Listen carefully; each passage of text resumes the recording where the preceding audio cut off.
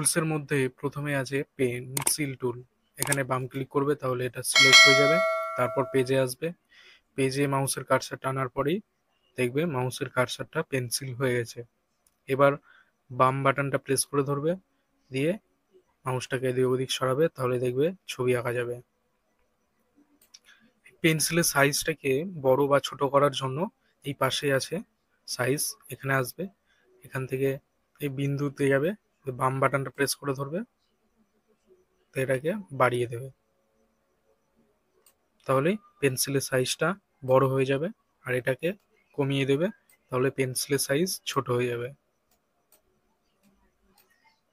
আর এর নিচের দিকে আছে অপাসিটি, এটাকে কমিয়ে দেবে, তাহলে পেন্সিলের যে কালারটা সেই কালারটা হালকা হয়ে যাবে। প্রথমে এটা ডিপ ছিল আর পরে এটা দেখো হালকা হয়ে গেছে। এরপরে আছে ফিল বা ফিল উইথ কালার, এখানে বাম ক্লিক করবে, তাহলে এটা সিলেক্ট হয়ে যাবে। এটার সাহায্যে রং করা যায়। এখানে আমি একটা ছবি এঁকে নিচ্ছি। এবার এই ছবির মধ্যে রং করার জন্য এই ফিলে প্রথমে ক্লিক করবে, তারপর কালার্সের মধ্যে থেকে যে কোনো একটা কালারে ক্লিক করবে, তাহলে সেই কালারটা কালার ওয়ানে চলে আসবে। এরপর মাউসের কার্সারটা ছবির মাঝে নিয়ে যাবে, দিয়ে বাম বাটনটা প্রেস করবে, তাহলেই সেই কালারটা হয়ে যাবে। এরপরে আছে টেক্সট টুল। টেক্সট টুলে বাম ক্লিক করবে, তাহলে এটা সিলেক্ট হয়ে যাবে। তারপর পেজে আসবে, পেজে আসার পর বাম বাটনটা প্রেস করবে একবার, তাহলে এখানে সিলেকশন চলে আসবে। তারপর এখানে লেখা লিখে নেবে। এখানে লেখার কালারটা দেখো সবুজ হয়ে এলো, কেন? কারণ এখানে কালার ওয়ানে সবুজ কালারটা সিলেক্ট হয়ে আছে বলে। এই লেখার চারি সাইডে যে ডট ডট হয়ে আছে, যে বক্সের মতো হয়ে আছে, এটা হচ্ছে সিলেকশন হয়ে আছে।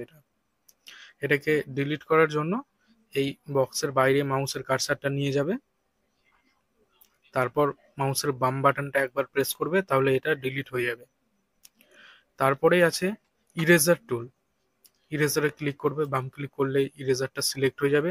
তারপর পেজে আসবে, পেজে আসলেই দেখবে মাউসের কার্সারটা ইরেজার হয়ে গেছে।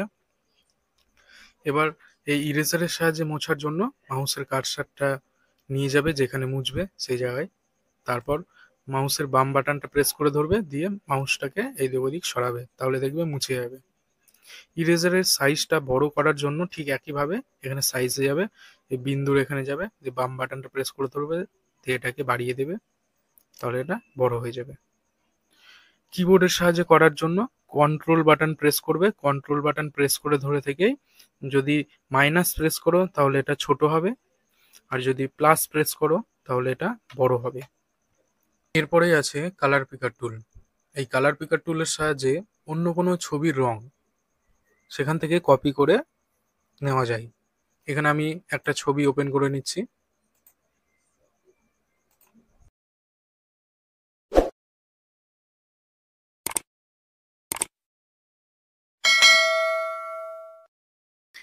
এই ছবির রং কপি করে আমি এই ছবিতে দেব। রং কপি করার জন্য ফিল উইথ কালারের নিচে আছে কালার পিকার, এখানে বাম ক্লিক করবে, তাহলে এটা সিলেক্ট হয়ে যাবে।